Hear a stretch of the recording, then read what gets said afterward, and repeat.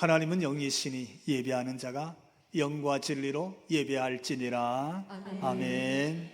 오늘 하나님께서 주신 말씀 마가복음 10장 13절로부터 16절에 있는 말씀, 우리가 한 절씩 교독하면서 하나님 말씀으로 봤습니다.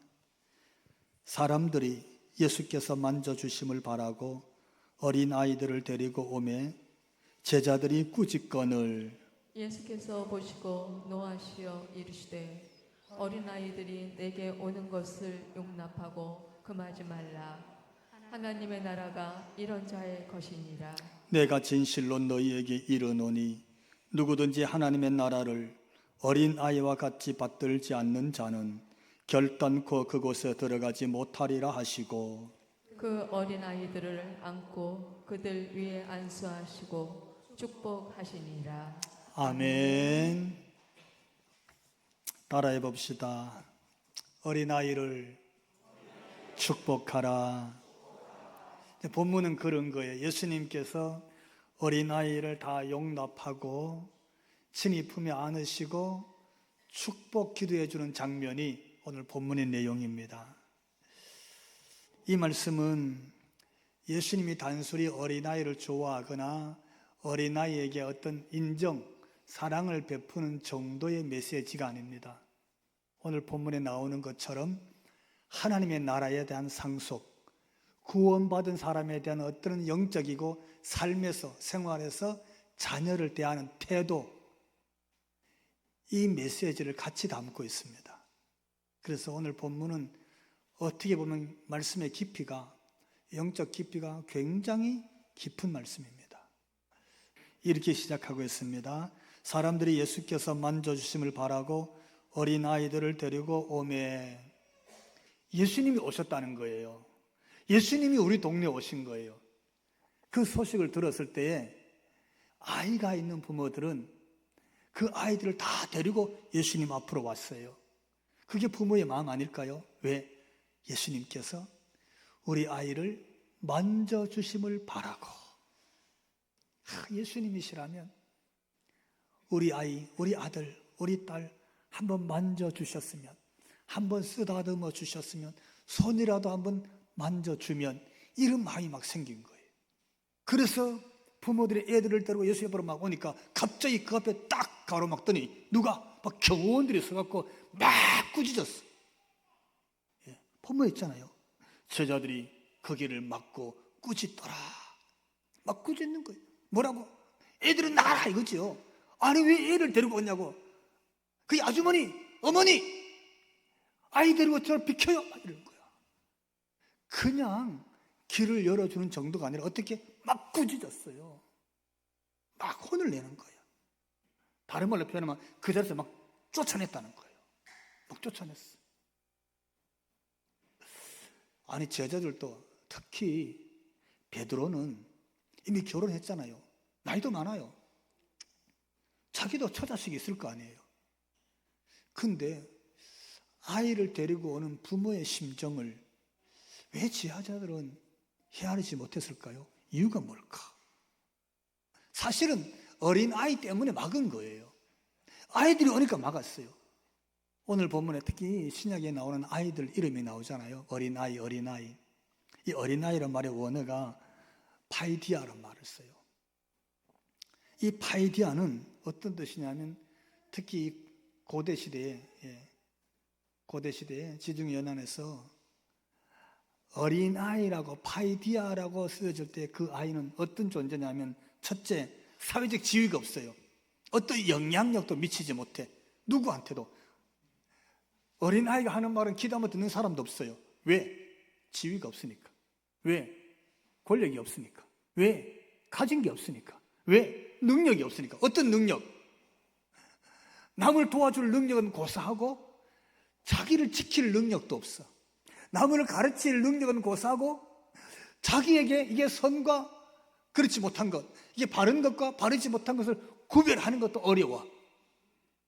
누가? 어린아이는. 그러니까 남을 보호하기는커녕 자신도 못 보호해요. 그러니까 내가 나를 못 보호하니까 나는 어떤 존재?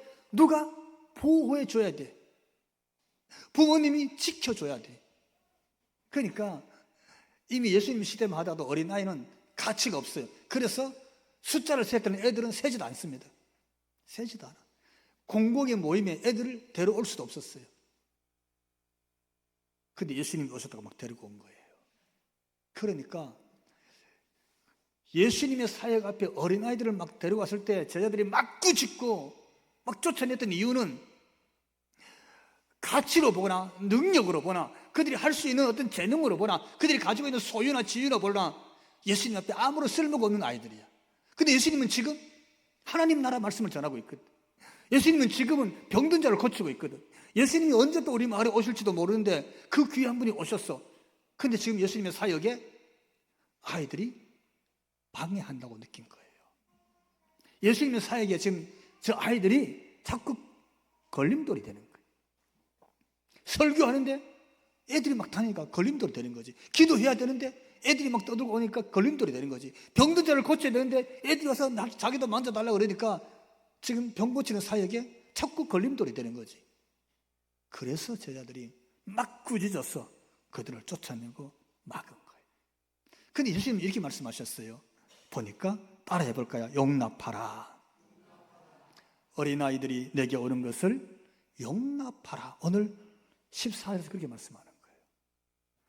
제자들의 생각과는 완전 정반대로 예수님이 말씀하시는 거예요. 그들의 사회적 분위기와는 예수님이 너무나 반대로 말씀하셔요. 지금 누구를 위해서 제자들이 아이들을 막았어요? 예수님의 사역, 예수님을 위해서 막은 거예요. 예. 정작 예수님은 아이들을 다 불러오라는 거예요. 내게 오는 것을 막지 말고 다 오게 하라는 거예요. 여기 용납하라 이 말의 뜻은요, 허락하다, 보통 이렇게 쓰는 말이에요. 예, 허락하다.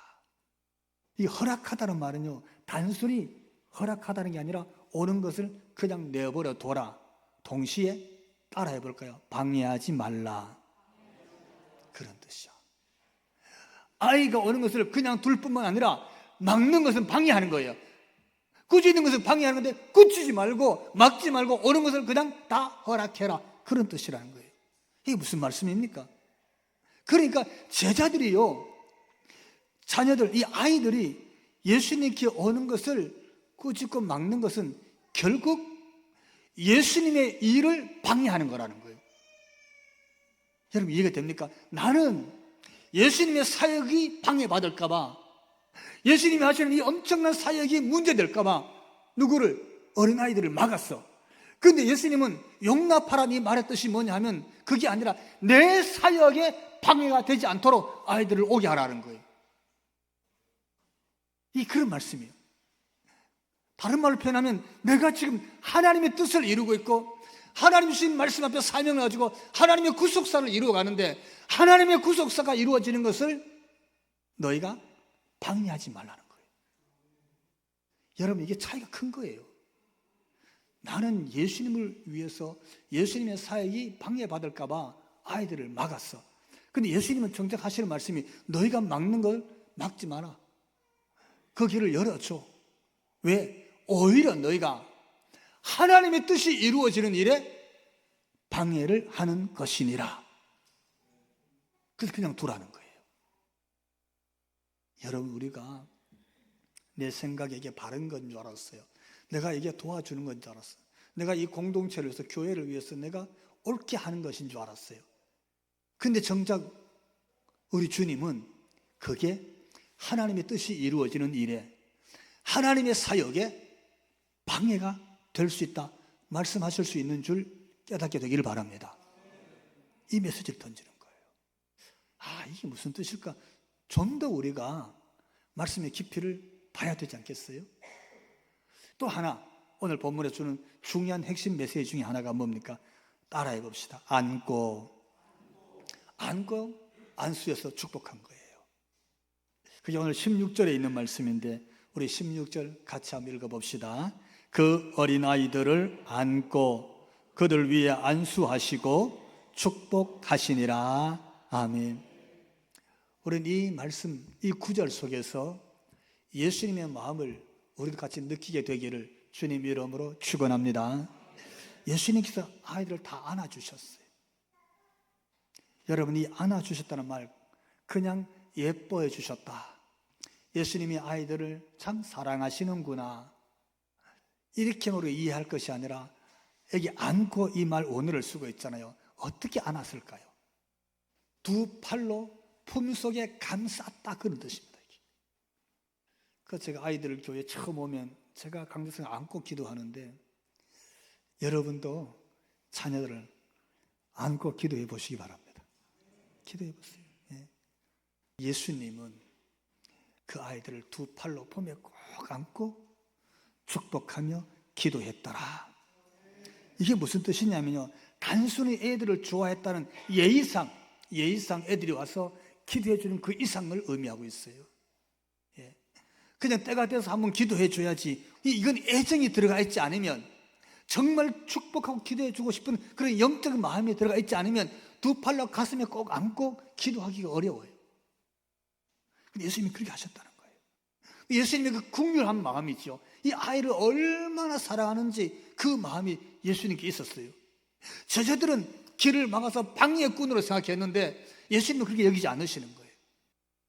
오늘 아이들을 보면 여러분 이런 마음으로, 혹시 남의 집 아이라 할지라도, 길 가다가 눈에 보이는 아이라 할지라도 여러분 마음으로 영적으로 축복하고 그들의 앞날을 위해서 하나님께 복을 비는 그런 어른들, 성도들이 되시길 바랍니다. 이게 어른의 성숙함이에요. 그런 모습을 오늘 예수님이 그렇게 보여주셨어요. 자, 그러면 저자들은 왜 그렇게 했을 것이고 예수님은 왜 이렇게 말씀하셨을까? 오늘 본문이 주는, 성경이 오늘 우리에게 주시는 하나님의 메시지는 뭘까? 어떤 말씀을 주시려고 이 말씀이 성경에 기록됐을까? 한번 생각해 봐야 되지 않겠어요? 첫 번째는 따라해 봅시다. 하나님 나라의 소유권. 오늘 본문의 이 사건을 만났을 때 예수님이 주시는 메시지입니다. 단순히 아이를 안고 축복 기도해 주는 데 끝나지 않았어요. 단순히 사랑하는 정도가 아니야. 굉장히 큰 메시지, 의미가 들어있어요. 그게 뭐냐면 하나님 나라에 대한 소유권을, 하나님 나라가 누구 것이냐, 소유권을 오늘 본문이 설명해 주고 있어요. 여러분, 이 땅에서 우리가 어떤 건물이나 땅의 소유권 말하면 한 지역의 소유권, 한 나라의 소유권, 동네나 어떤 단체의 소유권, 누가 갖습니까? 그럼 하나님 나라는 누구에게 소유권이 돌아갑니까? 어떻게 하나님 나라를 소유할 수 있을까요? 제자들은 그 생각한 거예요. 적어도 예수님의 사역 앞에, 하나님 나라를 증거하는 예수님의 사역 앞에 이 사역이 온전히 이루어지기 위해서는 적어도 누가 능력이 있는 사람, 자기를 지킬 뿐만 아니라 남도 좀 지킬 수 있는 사람, 자기 일도 할 수 있을 뿐만 아니라 남의 일도 좀 해결할 수 있는 사람, 권위가 있고 권력이 있고, 다른 말로 표현하면 어린아이보다는 지켜주고 보호해줘야 되고 아무런 능력도 없는 어린아이보다는 그래도 가진 것이 있는 어른들에게 있는 걸로 생각했어요. 어른들에게. 어쩌면 이게 세상에 있는 논리인지도 모릅니다. 세상의 모든 소유권들은요, 사실은 가진 자가 갖고 있습니다. 있는 자에게 돌아갑니다. 그렇잖아요. 그게 틀렸다고 말할 수는 없어요. 세상에 돌아가는 이치가 그렇습니다. 근데 오늘 제자들이 예수님의 사역 앞에 어린아이를 막고 꾸짖어 쫓아낸 것은 하나님의 나라에 대한 소유도, 하나님의 나라에 대한 등기 권리도 공로가 있고 업적이 있고 지위가 있고 능력이 있는 사람에게 돌아가는 줄로 생각한 거예요. 하나님의 나라도 그런 사람이 가질 것이다. 적어도 예수님께 와야 되고 말씀을 듣고 예수님 사역 앞에 동력하고 예수님 사역에 도움을 주고 예수님 가시는 길에 함께 가주고 이런 사람에게 가는 것인 줄 생각했어요. 적어도 예수님 말씀을 가르치면 말씀을 좀 잘 알고 특별한 지식이 있고 율법도 알고 이런 사람이 예수님과 함께 동력하면서 하나님 나라를 상속받을 줄 알았어요. 근데 예수님이 이렇게 말씀하시는 거예요. 14절에 보니까 어린아이가 내게 오는 것을 용납하고 금하지 말라. 그 다음에 뭐라 그러셨어요? 하나님의 나라가 이런 자의 것이니라. 어린아이가 왔는데 그걸 어디로가 예수님이 연결을 시키냐면요, 하나님의 나라의 소유권자로 연결시키는 거예요. 한번 생각해 보십시오. 적어도 어떤 소유권은 그만한 능력이 있는 사람이 갖는 것이 이해가 되고 그게 맞아요. 그렇게 생각했어요. 근데 예수님 말씀은 너무나 달랐어. 자기가 뭘 소유할 만한 능력은 고사하고 자신도 지킬 수 없는 자, 나도 누군가 보호해줘야 그래야 내가 이 땅에 존재할 수 있어. 그게 어린아이예요. 근데 예수님의 말씀은 그 어린아이를 두고 하나님의 나라가 이런 어린아이의 것이니라, 이렇게 말씀을 선포하신 거예요. 무슨 뜻입니까? 하나님의 나라는 권력이 있다고, 지위가 있다고, 하나님의 나라는 가진 것이 많다고, 하나님의 나라는 특별한 지식이 많다고, 하나님의 나라는 정말 예수님 앞에서 엄청난 공로를 행한 공로 있는 사람의 것은 아니라는 거예요. 거기 해당 사항이 없었어요. 그 사람에게 돌아간 것이 아니었어요. 하나님의 나라는요, 자신을 방어할 수도 없는 그런 사람, 어린아이, 연약한 자예요. 무력한 자예요. 예. 어떤 힘도 없어요. 근데 그런 자의 것이니라, 이렇게 말하고 있어요. 왜 그렇습니까? 하나님의 나라는 지유로 갖는 것이 아닌 줄 믿으시기 바랍니다. 하나님의 나라는 자신의 능력으로 갖는 게 아니에요. 그럼 어떤 사람이 갖습니까? 어린아이 같은 사람이 갖는 거예요. 왜요? 어린아이는 자신의 힘으로 사는 것이 아니라 오직 부모님의 보호로 사는 자인 줄로 믿습니다. 부모의 사랑으로 사는 자고 부모의 은혜로 사는 자가 어린아이예요. 하나님의 나라는 자기 힘으로 가는 자가 아니라 오직 하나님의 은혜로 사는 자, 하나님의 사랑으로 사는 자, 하나님의 보호 속에 사는 자만이 하나님의 나라를 상속받게 되는 줄로 믿습니다. 그 얘기하는 거예요. 그 얘기하는 거죠. 예수님께서 어린아이처럼 오직 하나님만 바라보고 하나님의 보호 안에서만 있고 하나님의 손길 속에 있는 그 사람이 하나님의 나라를 상속받는다. 왜? 하나님의 나라는 우리의 능력이 아니라 온전히 하나님의 은혜로 주어지는 것이기 때문인 줄로 믿습니다. 은혜로 주어지는 거예요. 하나님의 나라는 이런 어린아이의 것이니라 라고 예수님이 말씀하셨을 때는요, 이 어린아이는 하나님의 은혜에 대해서, 값없이 주신 하나님의 그 은혜에 대해서 주는 대로 받는 순수함이 있기 때문인 줄로 믿습니다. 그런 거요. 계산하지 않아요. 예. 가치를 따지지 않아요. 하나님의 은혜에 대해서 어린아이는 있는 그대로 수용합니다. 원래 은혜는 값없이 있는 그대로 받아들이는 게 은혜인 줄로 믿습니다. 계산하면 그때부터는 은혜가 아니에요. 값을 지불하고 사는 겁니다. 사는 거잖아요. 누가 하나님의 나라를 값을 지불하고 살 수가 있겠어요? 어떤 노력으로, 어떤 공로로 하나님 나라를 상속받을 수 있겠어요?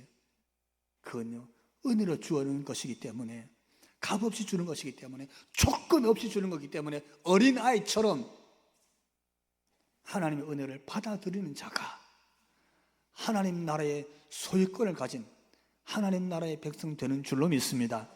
그 말씀을 지금 하신 거예요, 예수님이. 너희가 이 어린아이처럼 되지 않으면 하나님 나라를 받을 수가 없다. 그러니까 세상 공로와 지위와 자기의 노력으로 뭔가를 취득하고 소유를 갖게 되는 그런 논리로 예수님 앞에서 아이들을 막 쫓아냈던 제자들과 정작 예수님은 그런 논리가 아니야. 공로 논리가 아니에요. 내가 무슨 공로가 있어야 되는 것, 그 논리가 아니고 하나님의 나라는 은혜로 받는 것이다. 어린아이처럼 지금 은혜의 논리를 말씀해 주고 있는 겁니다. 자, 그렇다면 여러분, 이 메시지를 통해서 예수님 우리가 깨닫기를 원하는 게 뭘까요? 아, 그러셨구나.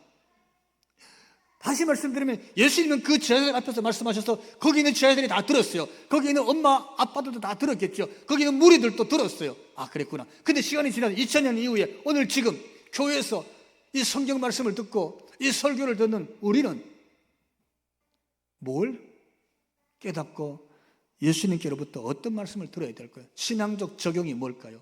내 신앙생활에 뭘 적용해야 될까? 나는 이 말씀 앞에 어떻게 결단해야 될까? 저는 이렇게 말씀드리고 싶어요. 첫째, 따라해 봅시다. 나의 영적 무력함을 고백하라. 그거예요. 신앙생활 하면서 여러분, 내가 이만큼 했으니까, 이만큼 헌신했으니까, 내가 이만큼 주의를 지켰으니까, 내가 이만큼 직분이 있었으니까, 어떻게 보면 우리의 영적 자존감일 수도 있고, 아니면 영적인 자존심일 수도 있어요. 그렇잖아요. 신앙생활에. 그것들이 내 신앙을 지켜주기도 하고 예배 생활을 계속 해나갈 수 있도록 버팀목이 되기도 합니다. 내가 교회에서 헌신한 게 우리 신앙을 지켜주기도 하잖아요. 사실은 그런 많은 것들이 우리에게 힘이 되기도 해요. 영적 무력함을 고백하라, 이 말이 무슨 뜻이냐면요, 그거 뛰어넘는 걸 말하는 거예요. 아차 잘못하면 그 헌신, 그 충성, 그 내가 갖고 있는 직분들이 하나님 앞에 영적 신앙생활에 그게 공로가 될 수 있어요. 공로가. 하나님 나라의 공로가 될 수 있다고. 근데 오늘 본문의 말씀, 어린아이가 하나님 나라의 상속자란 말은 공로를 뛰어넘는 거예요. 공로 이상의 성숙을 말하는 거예요. 뭘? 은혜를 말하는 거예요. 선물을 말하는 거예요. 다른 말로 표현하면 나는 어린아이와 같다. 뭐라고? 영적으로 나는 여전히 무력해. 무슨 뜻입니까? 나는 지금 하나님이 지켜주지 않으면 나도 나를 못 지켜. 하물며 내가 누구를 지켜줄 수 있겠어? 하나님이 지금 내게 힘 주지 않으면 나도 내게 힘이 안 돼. 하물며 누구에게 힘이 되겠냐고. 내가 누구를 가르칠 수 있겠고, 누구를 인도하고, 누구를 보호할 수 있겠어? 나도 나를 보호할 수가 없는데 이걸 고백하라는 거예요. 이걸 고백하라는 거예요. 내가 세상에서 들은 게 아무리 많아도 하나님, 나는 여전히 연약합니다. 나는 여전히 부족합니다. 나는 여전히 무력해요. 네, 여러분, 이력서 지난날 엄청난 위대한 일들을 아무리 많이 했다 할지라도 그것에 매여 있지 말고, 그걸 여러분의 신앙의 근간이나 버팀목이나 자랑으로 삼지 말고, 그걸 내 신앙의 공로로 삼지 말고, 그거 다 내려놓고, 하나님, 나는 참 약합니다. 나는 참 부족해요. 나는 참 연약합니다. 그래서 하나님, 따라해 봅시다. 오직 하나님만 의지합니다. 나는 하나님만 의지해요. 내가 누구를 붙잡아 줄 수 있겠냐고. 왜? 나도 나를 못 붙잡고 나를 못 지키는데, 그러니 하나님, 나는 손을 내밀어 하나님을 붙잡을게요. 하나님을 붙잡습니다. 이게 어린아이 같은 걸 말하는 거예요. 자신의 연약함을 그대로 인정하는. 또 따라해 봅시다. 하나님, 당신의 손길만 의지합니다. 내가 붙잡을 것이 하나님의 손길밖에 없습니다. 하나님의 손길을 의지하는 거예요. 나 좀 잡아달라는 거예요. 또 한번 따라해 봅시다. 오직 하나님의 은혜를 사모합니다. 내가 누구에게 뭘 줄 수 있겠어요? 하나님, 내가 사모합니다. 나는 하나님의 은혜만 사모합니다. 하나님이 주시는 선물만 사모합니다.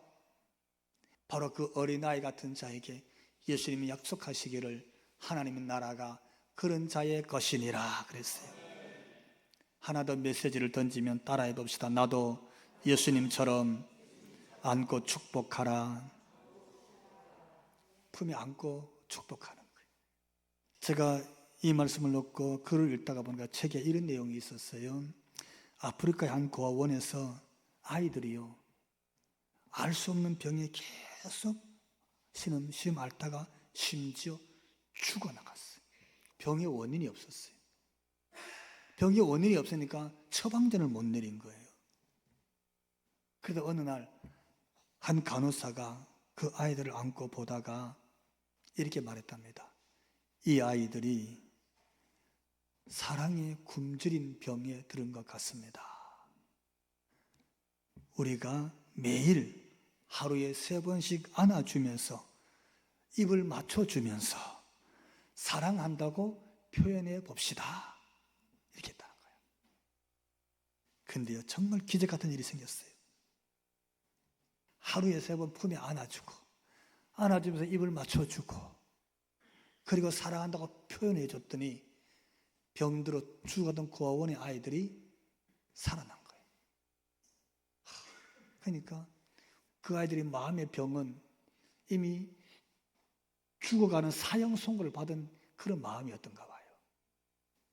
사랑하는 성도 여러분, 오늘 우리가 해야 될 일들이 많겠지만 특별히 우리 자녀들을 보면서, 자라는 우리 후손들을 바라보면서, 아니 우리 교회 성도들을 바라보면서 이런 마음으로 손을 내밀고 안부를 묻고 축복하고 사랑하고 기도하는 이런 교회 공동체, 이런 가정이 다 되시기를 주님 이름으로 축원합니다. 기도합시다.